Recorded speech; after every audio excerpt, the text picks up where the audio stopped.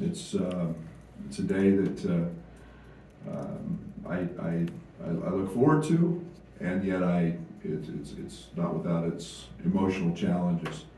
Obviously, too, this year with TJ and Matt, both transfers have impacted our program at an extremely high level. Come from winning programs. Our two top scorers, two guys that have found success within our program, two guys that have become leaders within our team, and they're in they've handled themselves off the court every bit as well as on the court in terms of helping grow our culture and keep our culture, and I'm very, very thankful for both their times here in the program, and obviously Matt coming in as a grad, being right into grad school and in sports administration, kinesiology undergrad from Baylor, and to see his progress throughout the course of the year, going from a guy who struggled early, it took him a little bit, to a guy who's been performing at a all league level, and then Terrence from day one, his work ethic, his attention to detail, his commitment. Go back to the UCLA game. He was the best player in the country that night, and he's had as our leading scorer, he's had a great impact. Will continue to do that down the stretch, and plays hard on the defensive end. Has become, I think, one of the better defenders in the country, being able to guard multiple positions, so beyond that, they're unbelievable teammates. And it's very hard, and I'm very appreciative of the fact that both those young men came in and became great teammates. It's never been about them; it's been about us. And I have a lot of respect for both those young men for their impact in our locker room and with a very young team, and helping take those guys under their wing and help guide them towards what we hope to be very, very successful careers for all those young guys. So we've got three managers that don't ever get any attention. Nobody ever talks about them. Those three unsung heroes. They do all the yeoman's work.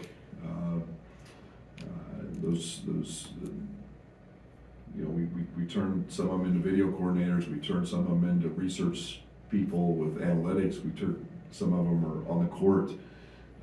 So I'd like to thank them. I know our players thank them every day for their countless hours, and those become CEOs of companies, presidents of banks. Those guys make it because they're not afraid to work, and they're not afraid to put in the time commitment that it takes, along with being great students. So my hat's off to all three of those young men. Obviously, we've got a game to play, and Michigan comes in. I think they're as talented as the most talented team in our league. I think they're starts with Hunter. Hunter's been around now, seems like forever. Outstanding player, outstanding passer. Like so many other bigs in this league, he can hurt you with the pass as much as his ability to score, being 7'1", 260. He's turned into a 40% three-point shooter. And then you add Bufkin, who's made the jump, probably somewhere into the mid-first round draft pick talk. From a freshman who averaged 3 or 4 points a game to a guy who had 28 in their last game, and elite athlete, very good shooter. And then Doug has really matured as a freshman this year at the point. He's playing great, and you throw Juwan Sunjet into the mix. He's been out with an ankle. I would expect him to play. He's one of the elite shooters in college basketball at 6'8". has uncanny ability to make step backs at a very high level, and can really space the floor. He's had some huge games for him. So a very, very talented team, and a team that we'll have to play very, very well to beat. Coach, Michigan's won 3 in a row, 6 out of 8. What have you seen from them over that stretch? Is there something different about them now? Yeah, the guard play's been really good. They've Doug's been incredible. As a freshman, they lose a 5th-year senior, and they had some ups and downs, and started playing Buffett on the ball. They were playing Jet on the ball, and once they pretty much settled on Doug being on the ball, he's been great. He's found his role. He's got great swagger for a freshman. He's got great mid-range pull-up, but then it's put Joey Baker and Cheddar and some of those guys into roles that they're very successful in. Those guys have really, you can see a role identification starting to happen with them. I guess with Matthew, he's come also on your conference play, and he's been able to play maybe a different role with you guys. Over this year, what have you guys been able to kind of get out of each other after he transferred here? Yeah, I think he's been a guy that's looked to become a guy, not just a 17-minute game guy. We talked a lot about that in the process,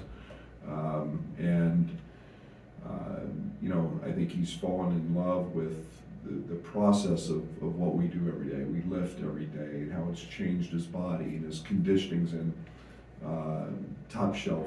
I mean, he's just become in great condition from a young man that when he got here was not. So I think he's the expectation has been different from me towards him in terms of leadership, in terms of responsibility, accountability, and he's been great with that. He's accepted that. We've had great lines of communication. We talk a lot. He's very analytical. I think he's playing the best basketball of his career right now. It's with transfers made from both sides, from the coaching staff and the players that are actually transferring. I mean, it's a bet on themselves, maybe taking a chance. Both sides. Just how have you maybe seen that evolve? Just that whole idea. The portal's hard. The portal's it's a challenge. When you think about going into a situation completely blind, where you know nobody, or very few people, truly know them. You don't know your teammates for sure, and yet you have to coexist with them. You have to, from our standpoint, as coaches' standpoint, we have to make sure they fit, that they're the right guy, that they're good people, that, all the things that are important to us. The talent, everybody can watch that on film, but that's what's scary about the portal. Is you're going in a situation with blinders on, because you don't know your teammates, you don't know language, you don't know the school, you don't know anything, and to me that's a really scary thing. And so you are betting on yourself, but you're also having to believe in that program. And I think our staff has been incredible at finding those guys that are good people, that want to be coached, that want to come here for the right reasons. And I think that's at least in our last 4, Dane, and TJ and Matt, and go back to Plummer. I think we've known enough about their character to make sure that they're the right guys and the right fit.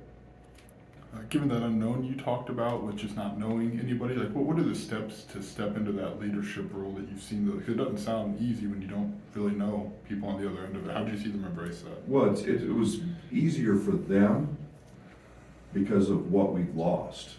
It would have been much different had Kofi been back, or Trent been back, or we were a very, very young basketball team, and Coleman averaged 5.5. know, so it was a very different situation. We lost 90% of our scoring, you know, and we've got a group of eight or new guys. It's probably easier for them to, you know, come in when you're losing fifth-year seniors and a first-team All-American than it is to come in and, you know, have all those guys back. So the situation helped. Nearly 3 months ago, we sat in the same room and you talked about kind of like the lack of leadership after the Penn State game. Now that we're a week away from the postseason, where do you think the team stands in that regard? Yeah, much better. You know, I think it's very I think it's very evident that, you know, we've seen Coleman grow. I think we've seen our freshmen grow. I think we've seen you know, Matt and Terrence, you know, step into it. I was elated with the way we grew with Terrence out. You know, and I think Matt stepped into, you know, an unbelievable spotlight and handled that situation. So I think we're much better off than we were then. That's for sure.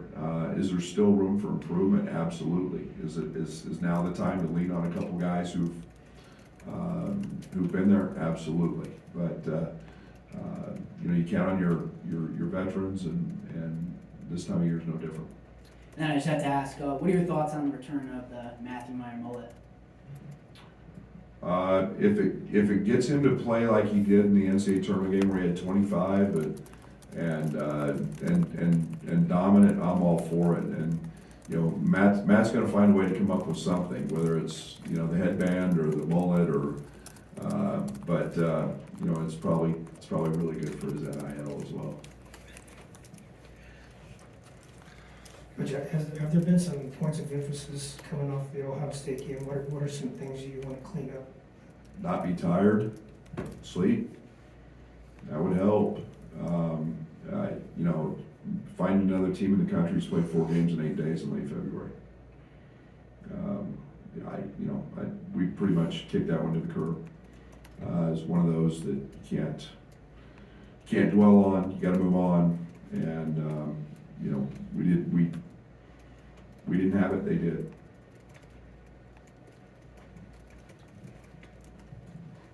You had Kofi go through senior day last year as a junior. Coleman's obviously being talked about the next level. Do you have conversations about whether guys want to do that with those opportunities, or is that pretty simple? How do you handle those things? We had a really good idea that Kofi was gone. Yeah, we knew at that point that we knew last year what that was looking like. Kofi had gone through the process 2 other times. We knew he was going to go through the process, and once he was going to go through that, he was out. So we knew that pretty much from the summer. So you know, different set of circumstances for every single player. You know, we expect guys in our program to have to go through that process, but that doesn't mean that they're, you know, if they have eligibility left, that they don't have the ability to come back. So every situation is very independent of each other.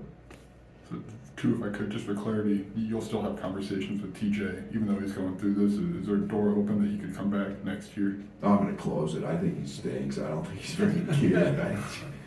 Yeah, no, he's. We want to provide every opportunity for him to do his due diligence, and part of that is you know, he has been in school for, you know, 4 years. He's got the extra year. But you know, he goes through that process, which he should. You know, he needs to look at it, and if it's the right information, great. If it's not the right information, you know, I would like to think he'll be a first-team All-American preseason next year. And then if I could, what's been the week with Dane? I mean, just kind of, we only saw him for a minute in the second half. What's been the conversation and just kind of helping him work through that? Yeah, he had a great practice yesterday. He's been really good. He's you know, he's watching film. I think it's more, yeah, okay, we know we got a couple bigs coming in here. You know, the lineups are better. We need 25 to 30 minutes of really good Dane Deja. And so he was great today or yesterday, and I hope he is today. I mean, with the old transfer system, there was always a chance, to add a grad transfer for a year. Now I think just the doors open for more players to do that. Just how, and maybe having guys for 1 year, maybe can change a program. I mean, or sometimes not. I mean, just what's that kind of scenario been like? I think it's more about, it's obviously the character piece is important, but it's really about filling a specific need.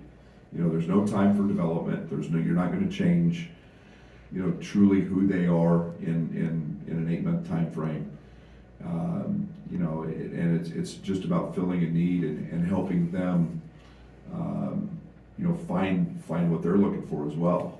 And I think we've done that with Plum, and I think we've done that with Matthew in terms of finding a really common ground that meets our program's needs and helps them advance and maybe find what they're looking for, not just in University of Illinois in our program, but also potentially beyond that. And we've been very fortunate that we've had 2 great young men who've come in as grads and then have found success here. And it's a tribute to our staff, and it's a tribute to them. I will mention one other thing. Jaden went down yesterday in practice. He was in the hospital overnight. He's been undergoing a series of tests and evaluations here at Carl. Obviously, it was a pretty awkward and tough situation yesterday. His family has made their way into town. It was tough for our players, for our coaches. He's progressing from the situation. He's doing better. We are hopeful and expecting him to be dismissed. We hope to later today. At this point, I'm not going to get into any particulars involving anything else for just his sake, his family's. He got great care here. He got from Paul Schmidt. Paul was with him all night. He got great Dr. Jeremy Hendricks, and then the Carl physicians were incredible. So do want to mention that, and as we move forward, we'll talk further about that. But enough said. Thank you.